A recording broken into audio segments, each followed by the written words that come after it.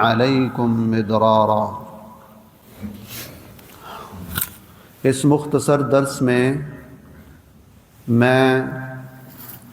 روزی میں برکت کے الہامی چند اسباب کا ذکر کروں گا۔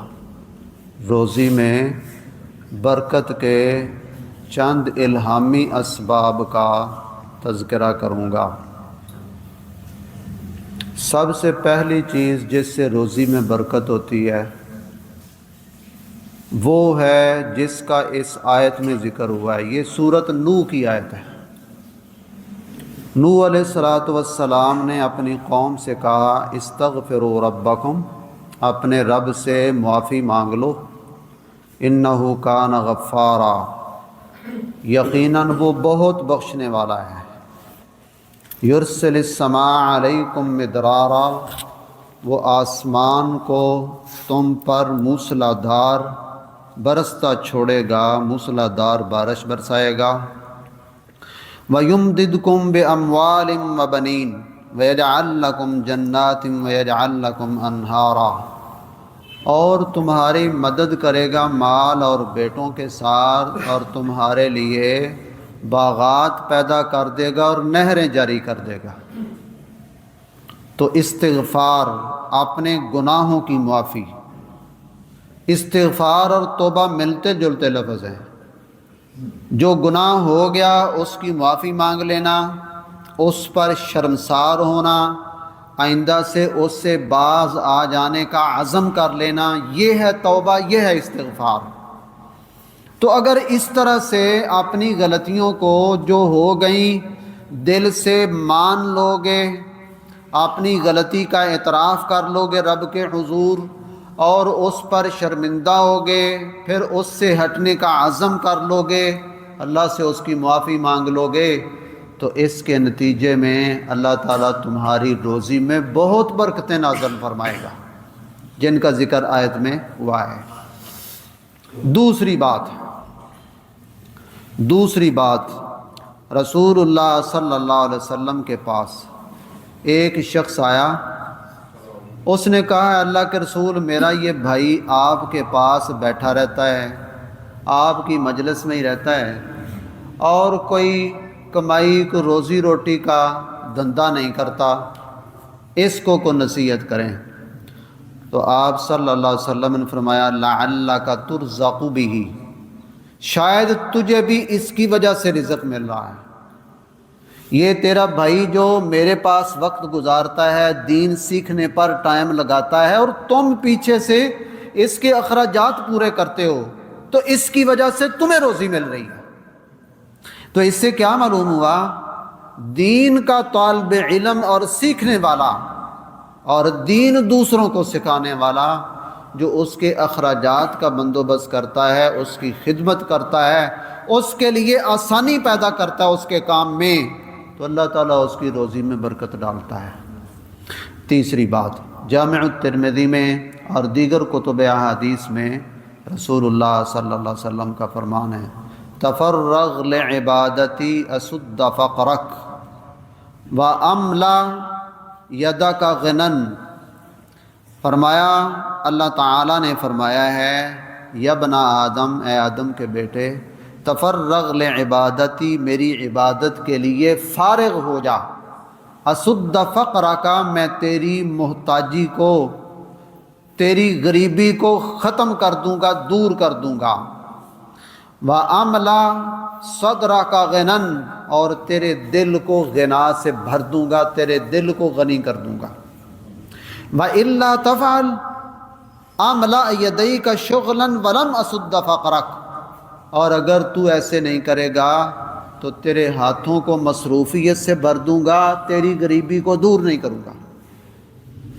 تو غور فرمائیں، اللہ کی عبادت کے لیے فارغ ہو جانا، اس سے روزی میں برکت ہوتی ہے، کیونکہ اللہ تعالیٰ فرما رہا ہے میں تیری محتاجی ختم کر دوں گا، تیرے دل کو غنا سے بھر دوں گا۔ عبادت کے لیے فارغ ہونے کا مطلب کیا ہے؟ اس کا یہ مطلب نہیں ہے، آپ سمجھ رہے ہوں گے شاید اس کا مطلب یہ ہے کہ ہم اپنی دکانیں چھوڑ دیں، اپنے کاروبار چھوڑ دیں، اپنی فرم فیکٹری چھوڑ دیں، اپنی ملازمت چھوڑ دیں، روزی روٹی کے دھندے سارے ختم کر دیں اور دن رات عبادت میں، تلاوت میں، ذکر اذکار میں، نماز میں، فکر میں مشغول ہو جائیں، تو عبادت کے لیے فارغ ہونا یہ ہے؟ نہیں بھائیو، یہ نہیں ہے، اس حدیث کا یہ معنی نہیں ہے۔ رسول اللہ صلی اللہ علیہ وسلم نے اللہ کی عبادت بھی بھرپور کی ہے، ان سے زیادہ کون کر سکتا ہے؟ اس کے ساتھ گھر کا نظام بھی چلایا ہے، اس کے ساتھ جہاد فی سبیل اللہ میں حصہ بھی لیا ہے، اس کے ساتھ لڑے ہوئوں کی، جھگڑنے والوں کی صلح بھی کروائی ہے، اور اس کے ساتھ آپ نے کبھی کبھی تجارت بھی کی ہے۔ تو یہ سارے کام رسول اللہ صلی اللہ علیہ وسلم نے کیے، اور آپ کے صحابہ کرام وہ تجارت بھی کرتے تھے، دکانیں بھی تھیں، اور اسی طرح سے ان کے دیگر جو ہے وہ دھندے بھی تھے، روزی روٹی کے معاملات بھی تھے، یہ سارے وہ کرتے تھے۔ تو پھر کیا معنی ہے عبادت کے لیے فارغ ہونے کا؟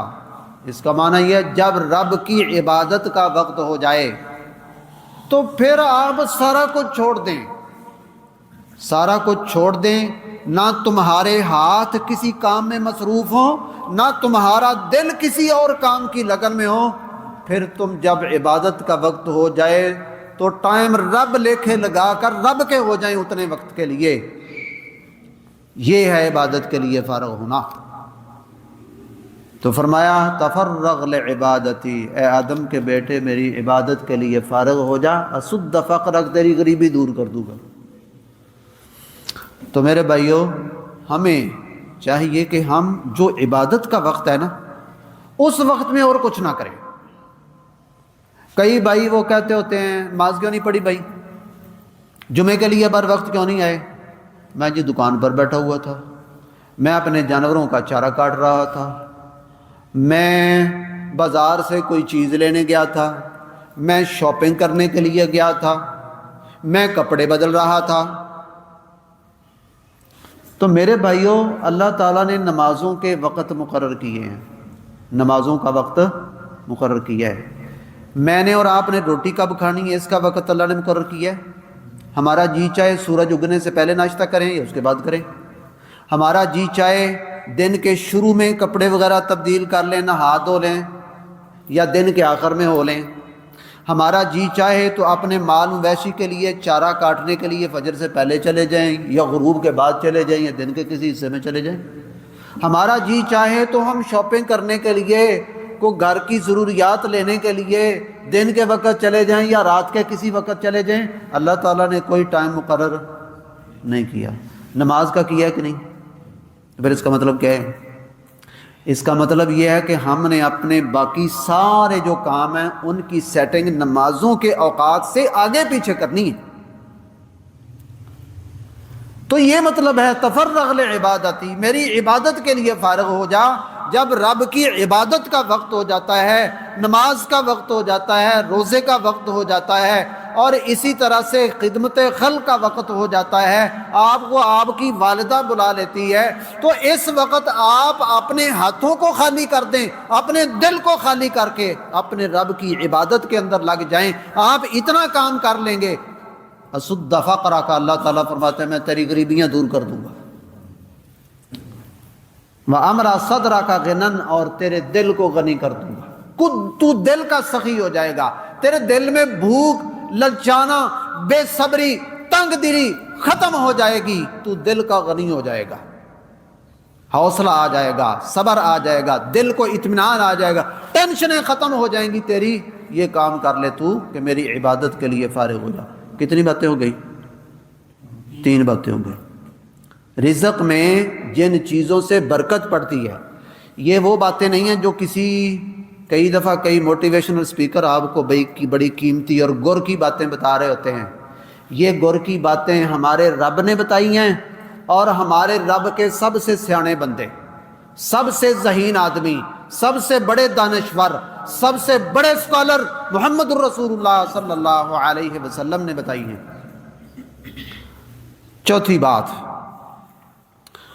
رسول اللہ صلی اللہ علیہ وسلم نے فرمایا البیعان بالخیار ما لم یتفرقا فإن صدقا وبینا بورک لہما فی بیعہما، فرمایا دو خرید و فروخت کرنے والے ان دونوں کو سودا واپس کرنے کا اختیار ہے، ما لم یتفرقا، جب تک جدا نہیں ہوتے۔ جب جدا ہو جائیں تو پھر سودے میں عیب بھی نہیں ہے، اور سودا لینے والا کہے جی میں سودے پر راضی نہیں ہوں، یا دینے والا کہے کہ مجھے واپس کر دو، نہیں، جدا ہونے کے بعد اس کو کوئی حق حاصل نہیں ہے۔ ہاں اگر کوئی چاہے سودا لینے یا دینے والا اپنی مرضی سے اگر اپنا سودا تبدیل کر لے تو ٹھیک ہے، ورنہ کوئی قانون شریعت کا، ملک کا اس سے سودا واپسی کا زبردستی مطالبہ نہیں کر سکتا۔ پھر فرمایا فَإِن صَدَقَا وَبَيَّنَا، اگر وہ خرید و فروخت کرنے والے دکاندار اور گاہک جو ہیں سچ بولیں، وَبَيَّنَا، اور سودے کے عیب کو، اس کی خوبی خامی کو بتا دیں، بورک لہما فی بیعہما، تو ان کی خرید و فروخت میں اللہ تعالیٰ برکت ڈال دے گا۔ فَإِن كَذَبَا وَكَتَمَ مُحِقَتْ بَرَكَةُ بَيْعِهِمَا، یہ حدیث صحیح بخاری اور صحیح مسلم دونوں میں موجود ہے۔ اگر وہ جھوٹ بولیں اور سودے کے عیب کو چھپائیں گے تو ان کے سودے کی، ان کی تجارت کی برکت جو ہے وہ ختم ہو جائے گی۔ تو غور فرمائیں، دکانداری میں سچ بولنا اور سودے کی حقیقت کو واضح کرنا، اصلی ہے کاپی ہے بتا کر فروخت کرنا، اس سے آپ کی بیع میں، آپ کے سودے میں برکت کا وعدہ کیا ہے رسول اللہ صلی اللہ علیہ وسلم نے۔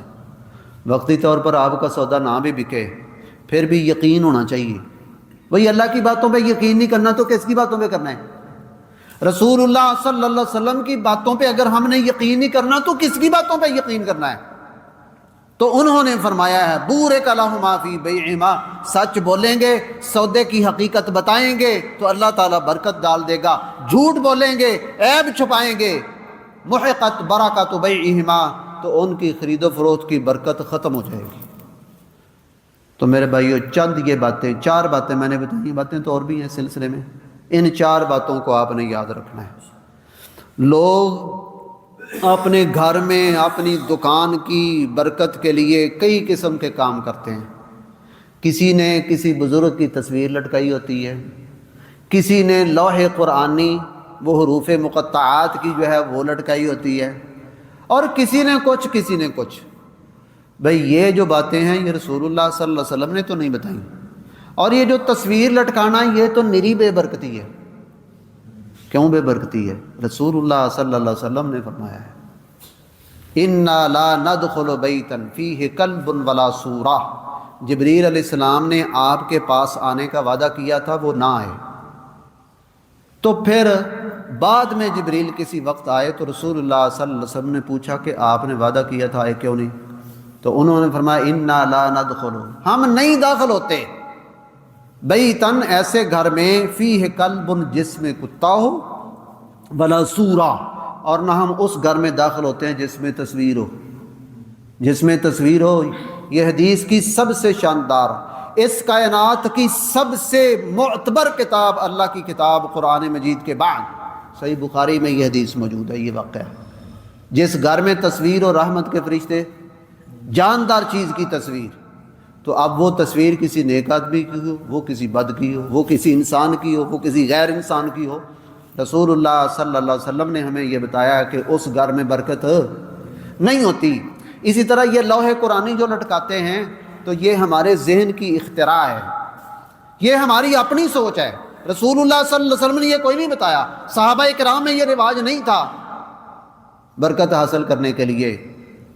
ہاں یہ جو باتیں میں نے آپ کو بتائی ہیں، آیات پڑھ کر، حدیث سنا کر باحوالہ، یہ یقینی باتیں ہیں کہ ان پر عمل کرنے سے رزق میں برکت ہوتی ہے، استغفار کرنے سے، توبہ کرنے سے، اور دین پڑھنے پڑھانے والوں کی خدمت کرنے سے، اور اسی طرح سے سودے کے عیب کو ظاہر کرنے اور تجارت میں سچ بولنے سے برکت ہوتی ہے، اور اسی طرح سے اللہ کی عبادت کو بر وقت دل کی حاضری کے ساتھ، ذوق اور شوق کے ساتھ ادا کرنا جو ہے، اس سے بھی کاروباروں میں برکت ہوتی ہے۔ اللہ مالک الملک ذوالجلال والاکرام ان باتوں پر ہم سب کو عمل پیرا ہونے کی توفیق عطا فرمائے۔ سبحان ربک رب العزت عما یصفون وسلام علی المرسلین والحمد للہ رب العالمین۔